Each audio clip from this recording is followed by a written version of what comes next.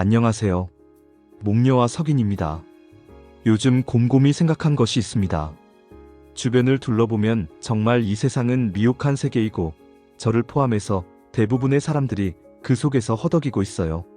이런저런 분야의 멘토들이 방송과 SNS에서 눈부시게 활동하는 것도 이런 세태를 극명하게 보여주는 사례입니다. 그렇지만 저는 부처님만한 멘토가 없다고 생각해요. 물론 다른 종교의 성인들도 모두 훌륭하지만 적어도 제게는 부처님의 법문이 가장 도움이 됩니다. 그래서 이 영상을 준비했습니다. 만약 부처님의 말씀으로써 현재의 고된 삶을 위로받고 싶으면 제가 알려드리는 부처님의 법문을 배우고 실천해보세요. 아울러 지금 불교 수행을 하고 있거나 하려고 해도 무엇을 어떻게 해야 할지 망설이고 있다면 저의 수행 경험이 도움이 되길 바랍니다. 저는 수십 년 동안 불법의 여러 법문을 수행해왔습니다. 무척 오만했지요. 비록 제가 부처님께서 경계하신 증상만까진 아니었지만 그래도 나만의 의지와 노력으로 무엇이든지 아라한이든 보살이든 심지어 부처까지 될 수 있다고 생각했으니까요. 그런데 그게 아니었습니다. 불보살님들의 가피라고 하는 타력이 없으면 절대 불법 수행의 과위를 증득도 할 수 없고 일상생활 역시 원만하게 일을 추진하는 게 쉽지 않다는 것을 깨우치게 되었어요. 중생들이 사는 세상이 곧 미혹한 세계인데 이에 더하여 이른바 오타각세라고 하는 말법 시대에선 자력만 갖고서는 결코 원하는 바를 온전히 성취할 수 없어요. 불교 수행 측면에서는 이런 현상이 더욱 더 무겁게 다가옵니다. 서론이 길어 죄송합니다. 지금부터의 설명은 불교 수행자이든 아니든 모두 해당하는 내용입니다. 특히 불교에 관심이 있는 분들이라면 끝까지 시청해주세요. 불교 수행의 첫걸음은 나는 누구인가라는 의문을 어느 정도까지 해결하는 데에 있습니다. 이것은 선종의 공안도 아니요. 그 무슨 거대한 철학적 담론도 아닙니다. 정좌 수행이 잘 안 되는 것도, 가난하게 사는 것도, 사랑하는 이와 헤어지는 것도, 몸이 아픈 것도 모두 우선은 18개라고 하는 이 현상계에서의 나의 사입니다. 우리가 아닙니다. 우리가 어떠한 상황에서 결정을 해야 할 때 겉으로 쉬쉬할 뿐 사실은 동양의 술법에 의지하는 경우가 많아요. 주역의 바탕을 둔 점을 치거나 기문둔갑, 유김, 자미두수 등등의 해석에 따르거나 무속인의 신점을 믿기도 합니다. 이런 술법이 그릇되거나 나쁜 게 아니지만 진정으로 나의 특별한 상황을 근원적으로 해결할 수는 없어요. 그래서 불편한 진실입니다. 그 까닭을 알려드릴게요. 예컨대 주역점을 쳐서 점괘를 얻었어요. 그리고 내 자신이나 또는 점을 의뢰받은 상대방이 전문가라서 그 점괘를 능숙하게 해석할 수 있다면 일단 2단계에선 아무런 문제가 없네요. 그런데 만약 나는 승진에 관하여 점을 쳤는데 점괘를 해석해보니 아버지의 건강에 불길한 내용이 나타났다면 그 점괘를 어떻게 이해해야 할까요? 지금 너의 승진이 중요한 게 아니다. 어서 네 아버지의 건강부터 살펴라. 라는 천지신명의 충고일까요? 예, 그럴 수도 있습니다. 하지만 그런 게 아니라 그냥 점치는 사람의 정신집중이 미약했거나 정성이 부족해서 신명이 알려주기 싫었거나 심지어 어떤 잡귀가 장난친 것일 수도 있습니다. 이처럼 점괘 자체가 잘못 형성되었다면 더 이상의 점괘 해석은 아무 의미가 없게 됩니다. 문제는 점괘가 잘못 나왔는지 제대로 나왔는지 알 길이 없다는 거예요. 이번에는 무속인의 신점을 갖고 얘기해 볼게요. 그분들이 모시고 있는 몸주가 과연 신일까요? 사실 어떠한 존재를 신이라 하는가를 먼저 정의 내린 후에 다룰 문제이지만 이 대목은 넘어가겠습니다. 능엄경에 의하면 무속신의 몸에 붙어서 사람들의 질문에 답해주는 존재를 전송기라고 해서 귀치 중생으로 분류합니다. 이 전송기가 나쁘다는 게 아니에요. 다만 궁금해서 물어봤던 상황에 대하여 그들의 변별 능력이 제각각이라서 온전히 믿기 어렵다는 게 문제이죠. 이제 지장보살님 얘기를 하겠습니다. 이 보살님의 명호는 불교에 어느 정도 관심이 있다면 다 아실 겁니다. 그런데 점찰 선악업보경이라는 불경이 있다는 것을 아는 사람은 매우 드물어요. 이 경전은 대승대집 지장 16경, 지장보살 본원경과 더불어 지장 3부경에 속합니다. 지금부터는 점찰 선악업보경을 줄여서 그냥 점찰경으로 부르겠습니다. 점찰경은 글자 그대로 점치는 것과 관련된 경전입니다. 여러분 놀라셨나요?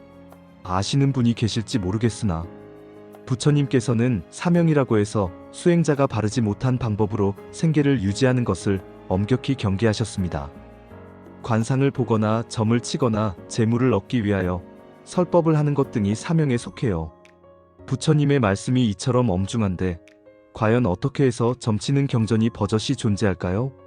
점찰경은 점치는 경전이지만 점을 치는 목적과 그 점을 통하여 해결하고자 하는 바가 일반적인 점술과는 근본적으로 다릅니다. 당면한 문제를 파악하고 해결하려고 할 때 일반적인 점술에서 제시하는 방법은 술법에 해당합니다. 어려움을 풀어보려는 사람들의 입장에서 술법이 나쁜 것만은 아닙니다. 이에 대해선 더 이상의 설명을 줄이겠습니다. 저는 지금 여러분이 점찰경에 대하여 깊게 이해하길 바라지 않습니다. 그렇긴 해도 딱 한 가지는 선을 그어 분명히 하겠습니다. 점찰경은 중생들이 참회를 통하여 삼계를 해탈하도록 이끄는 경전이라는 것 꼭 기억하길 부탁드립니다. 점찰경에 의하여 점을 칠 때는 목륜이라는 도구를 이용합니다. 목륜은 크게 3개의 그룹으로 나뉘는데 첫 번째 그룹은 6개의 목륜으로 구성되어 있습니다. 이것은 중생들의 전생과 현생, 그리고 일상생활에서 맞닥뜨리는 상황을 189가지로 나누어 그 각각의 현상과 향후 어떻게 전개될 것인지 알려줍니다.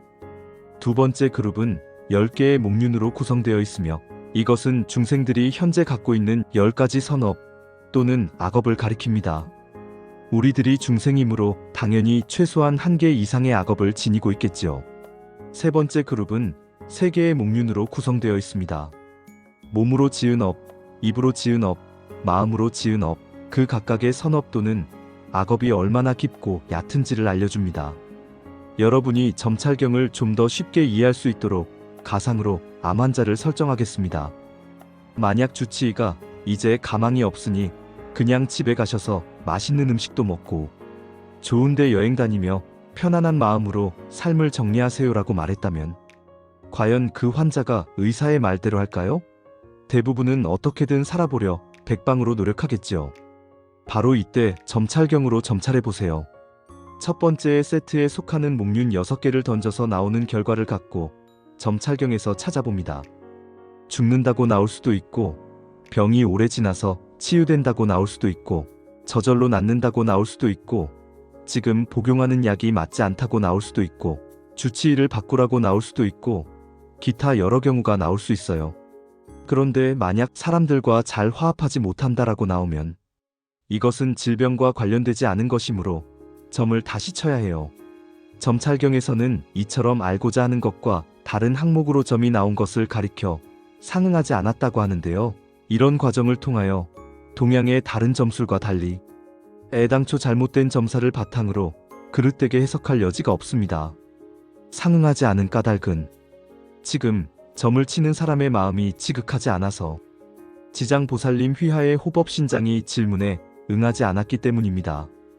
이때는 점치는 행위를 멈추고 정성이 부족했던 마음을 일주일 동안 참회하라고 점찰경에서 일러주셨어요. 참회 방법은 점찰경을 보시거나 제게 문의하시면 알려드리겠습니다. 한편 죽는다고 나오거나 기타 부정적인 예후가 나타났다고 해서 결코 낙담할 필요가 없습니다. 그냥 결과만 알려주기 위하여 점찰경이 존재한다면 다른 점술과 다를 바 없지요. 점찰경에 의하면 두 번째 세트에 속하는 목륜 10개를 던져서 나온 결과를 갖고 무엇 때문에 부정적인 예후가 나왔는지 알 수 있습니다. 예컨대 10개의 목륜 중에서 살생이라고 쓰인 목륜과 진해라고 쓰인 목륜이 나타났으면 전생 또는 현생에서 생명을 해쳤던 악업과 환해는 악업으로 말미암아 앞의 점사에서 부정적인 예후가 나왔다는 것을 뜻해요. 이 대목에서도 주의해야 할 것이 있습니다. 만약 10개의 목륜 모두가 선업을 가리키는 표면으로 나타났다면 이 역시 상응하지 않은 점사입니다. 이미 앞서 부정적인 예후를 가리키는 점사가 나왔으면 당연히 두 번째의 10개 목륜 중에서 적어도 하나의 목륜에서는 악업을 가리키는 표면이 나타나야 합니다. 이처럼 상응하지 않으면 역시 점을 멈추고 앞서 말한 것처럼 일정 기간 참회를 한 후 다시 점을 칩니다. 한편 살생, 진해처럼 상응이 된 점사가 나왔으면 이제 그 악업의 경중을 살피기 위하여 세 번째 세트의 목륜을 사용하여 점을 칩니다. 먼저 살생은 몸으로 짓는 악업이므로 신이라고 쓰인 목륜을 갖고 굴려봅니다. 이때 그 목륜의 사면 중에서 깊은 악업 또는 얕은 악업을 뜻하는 표식이 쓰인 면이 나타나겠지요. 깊은 것은 대체로 전생의 악업일 것이요, 얕은 것은 대체로 현생의 업일 가능성이 많아요. 일단 전생의 깊은 악업을 가리키는 표면이 나타났다고 가정할게요. 이제 다시 의라고 쓰인 목륜을 갖고 점을 쳐보니 얕은 업을 가리키는 표면이 나타났다고 역시 가정합니다. 앞에 두 가지 가정을 갖고 판단해보면 머지않아 죽을 이 환자의 질병은 전생에 심각할 정도로 살생을 하였고 현생에서는 화를 내는 일이 많았기 때문에 발생한 거네요. 발병의 원인을 알았으니 이제 그 환자가 해야 할 일은 참회입니다.